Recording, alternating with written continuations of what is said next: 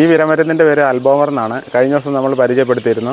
Short video ആയതുകൊണ്ടാണ് എല്ലാം ഉൾപ്പെടുത്താൻ പറ്റാഞ്ഞത്. അപ്പോൾ ഇത് കൊടുക്കുന്നത് എങ്ങനെയെന്ന് വെച്ചാൽ 100 കോഴിയുടെ അളവാണ് ഇതിനകത്ത് എഴുതിയിരിക്കുന്നത്. 30 മുതൽ 45 മില്ലി വരെ 100 കോഴിക്ക്. നമ്മുടെ കയ്യിൽ എത്ര കോഴിയുണ്ടോ അതിനനുസരിച്ച് ഈ മരുന്ന് എടുക്കാവുള്ളൂ. 100 കോഴിയുടെ അളവാണ് ഇതിനകത്ത് എഴുതിയിരിക്കുന്നത്.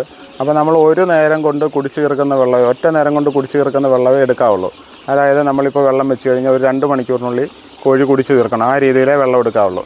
ഇപ്പോൾ ഒരു 50 കോഴിയാണെങ്കിൽ ഒരു 5 ലിറ്റർ വെള്ളം എടുക്കുക. 5 ലിറ്റർ വെള്ളം കൊടുക്കുകയാണെങ്കിൽ ഒരു 2 മണിക്കൂർ കൊണ്ട് കുടിച്ച് തീർക്കും.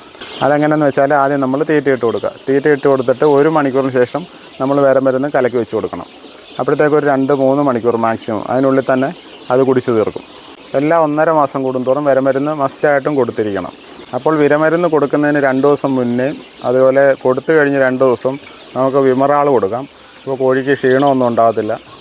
വിമറാൾ കൊടുത്താൽ മതി. മുട്ടയിടുന്ന കോഴികൾക്കൊക്കെ ആണെങ്കിൽ വിരമരുന്ന് കൊടുക്കുമ്പോൾ ക്ഷീണം വരും. അപ്പോൾ അത്